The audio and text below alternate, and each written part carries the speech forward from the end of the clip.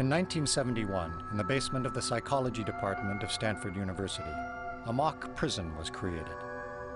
It rivaled all social psychology experiments in controversy. Shortly after I finished this Stanford prison study, Milgram embraced me and said, "I'm so happy that you did this." He said, because now you can take off some of the heat that he's had to bear alone of having done the most unethical study.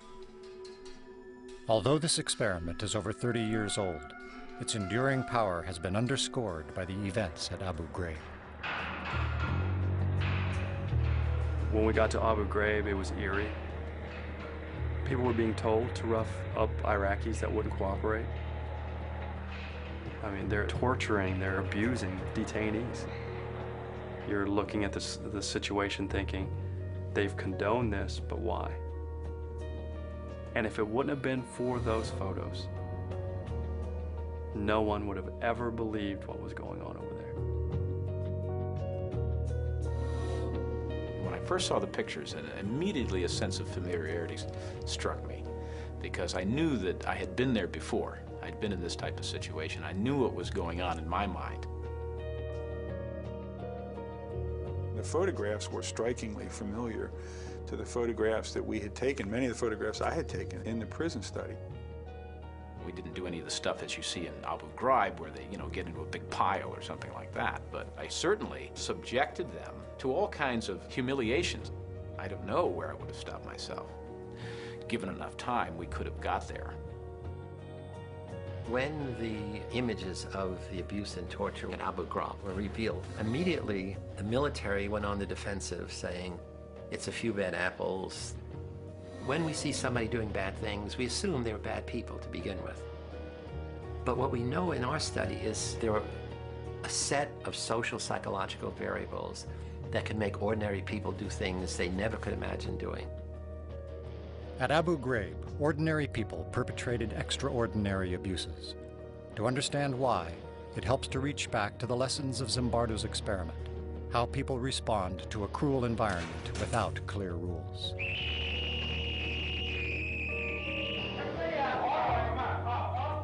I think he and everybody else who came down into that situation got caught up into that situation. And the sense that this was an experiment, that began to fade away. It became just life. We frankly didn't anticipate what was going to happen.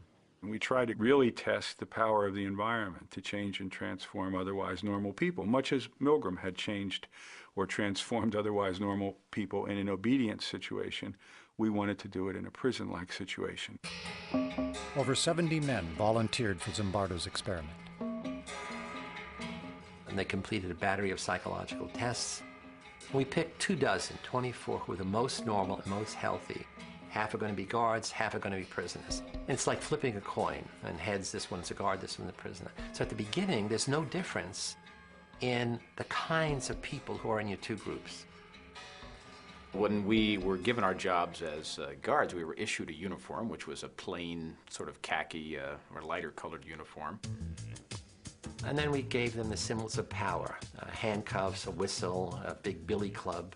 And then the other thing we gave them were silver-reflecting sunglasses. When you have mirror sunglasses on, then nobody can see your eyeballs.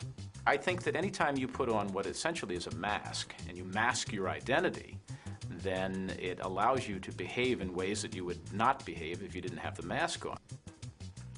To make it more realistic, I had arranged with this Palo Alto Police Department to make mock arrests. When I was arrested, it was a surprise to me. I didn't think I was going to be brought to an actual police station. I didn't think I was going to go through a booking process. The guards then put a blindfold on them, stripped them naked, and then they put them in dresses, smocks with no underpants. Each had a number that replaced their name. They had to know the number, and they could only be referred to by that number. And they had a chain on one foot, which was put there to remind them at all times of their loss of freedom. So all of these things produces a sense of being dehumanized.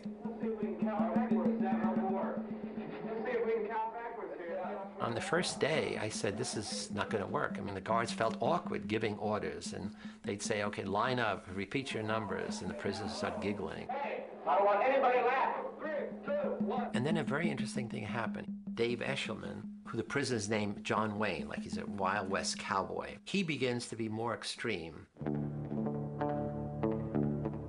I decided that I would become the worst, most intimidating, cruel prison guard that I could possibly be. I see in the future that you do work when you're told. Say it again. Say bless you, correctional officer. I was sort of fascinated myself that people were believing the act, and I was trying to see how far I could take it before somebody would say, okay, that's enough, stop. We did have to do things like push-ups. We would have to sing things. At the beginning, we protested some of the actions. We did things to irritate the guards. So the guards' authority was challenged right off the bat. And the guards had to decide how they were going to handle that, and they had to decide it without our input. I mean, again, this was not a Milgram study in which we were standing over them telling them what to do. And they began to see the prisoners' behavior as a kind of an affront to their authority, and they began to push back. We would ramp up the general harassment, just sort of crank it up a bit. Nobody was telling me I shouldn't be doing this. The professor is the authority here. You know, he's the prison warden. He's not stopping me. This is unbelievable. They took our clothes. Hands off the door. There was the first evening a kind of rebellion that took place. The prisoners rebelled. They barricaded themselves in their cells and said, we refuse to come out. They took off their numbers. They didn't want to be de-individuated. They started cursing the guards to their face. And the key turning point was the guards began to think of them as dangerous prisoners. And so the guards formulated a plan to use fire extinguishers, took the doors down, dragged the prisoners out, stripped them naked, and essentially broke the rebellion in a purely physical way. From that point on, the study was as remarkable a series of events as I've ever seen. It was a real laboratory for Zimbardo and I to watch human nature transformed in a very rapid way in the face of a very powerful situation. People really suffered. I mean, guards did terrible things to the prisoners. They punished them by putting them in solitary confinement, which was a small closet. You could squat or stand, but you couldn't sit, and it was dark and dank, actually. Every hour, every day, there's a teeny little bit more of an increment. And they're stepping up, taunting the prisoners. They're stepping up. The count's not letting them sleep. They're stepping up. I don't think from 1 minute to the next, the people who are in it see the change and see the difference. You got a nice friend. You can was going to see to it that you don't get black. And then the next key thing happened beside the rebellion. Prisoner 8612, he was the first one to have an emotional breakdown. I feel really fucked up inside. You don't know. I gotta go.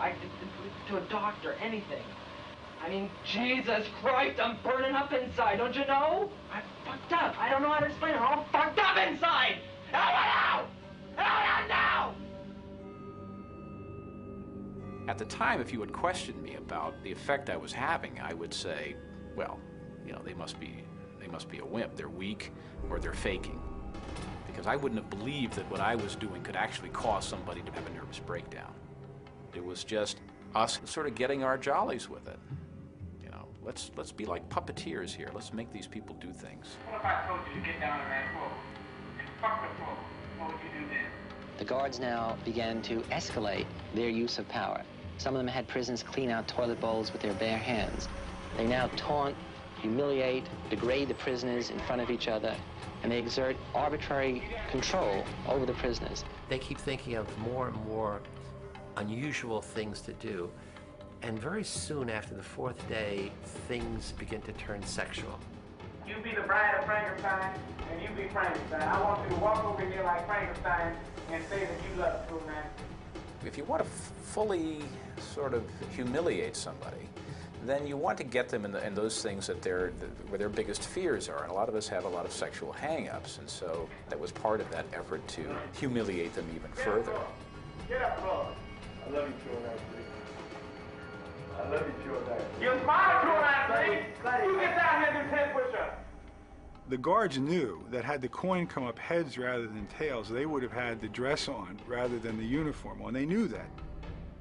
So they certainly knew that the prisoners who were being mistreated had done nothing wrong to deserve the mistreatment.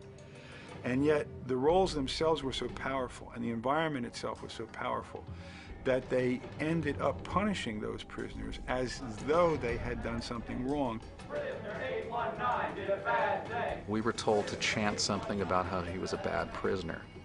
And at the time I went along with it, I'm thinking, what does this matter? We don't believe this, but we can go along and chant it. Because of what prisoner 819 did, myself is the best. Because of what prisoner 819 did, myself is the best. That night, he had a breakdown. Every day after that, another prisoner broke down in a similar way. Broke down, I mean, extreme stress reaction. We released another one on Tuesday, Wednesday, Thursday.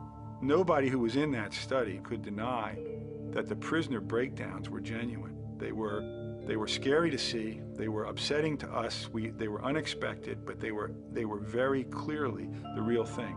At some level, we understood that something was happening that we were no longer in control of. It was damaging people. We didn't quite have a grasp on what to do about it. One of the mistakes we made was that we hadn't built in time to step back and to look at what was happening and call it what it was, which was mistreatment. We were caught up in the events that were taking place. Or you can keep your blankets, and 416 will stay in another day. We got 3 against 1. Keep your blankets, 416, you're going to be in there for a while. So just get used to it. On the 5th day of the study, Zimbardo invited his girlfriend, recent psychology graduate Christina Maslach, to visit the mock prison. I had heard bits and pieces from Phil about what was going on. And then when I was down there that evening, it really was kind of a wow. The thing that really got to me was when some of the guards took the prisoners down the hall to the men's room. She looks out and sees a line of the prisoners with paper bags over their heads, each one holding the other one's shoulder. And they're leading them down the hall. And Phil comes over and look, you know, my God, look at that. And I looked up and something about it just, you know, again, it was the dehumanizing, demeaning kind of treatment. I couldn't watch it. And she said, it's terrible what you're doing to those boys. And she got tears in her eyes. I said, what? And she runs out. And I'm furious. I'm saying, look, this is, I run outside, we have this big argument. I'm saying, look, this is dynamics of human behavior. Look, it's fascinating, the power of the situation. So I'm giving her all the psychological basis, and what kind of psychologist are you? You don't appreciate this. And she said, I don't understand. You're a stranger to me. I don't understand this. How could you not see what I see? I mean, you're a caring, compassionate person. I know you from all of these other things. Something's gone wrong here. And then the next thing she said, which had an equally big impact, is, I'm not sure I want to, have anything to do with you if this is the real you. And that was like a slap in the face, because what she was saying is, you've changed. The power of the situation has transformed you from the person I thought I knew to this person that I don't know. And at that moment I said, wow, you're right. We got to end it. After only 6 days, Dr. Zimbardo shut down his experiment.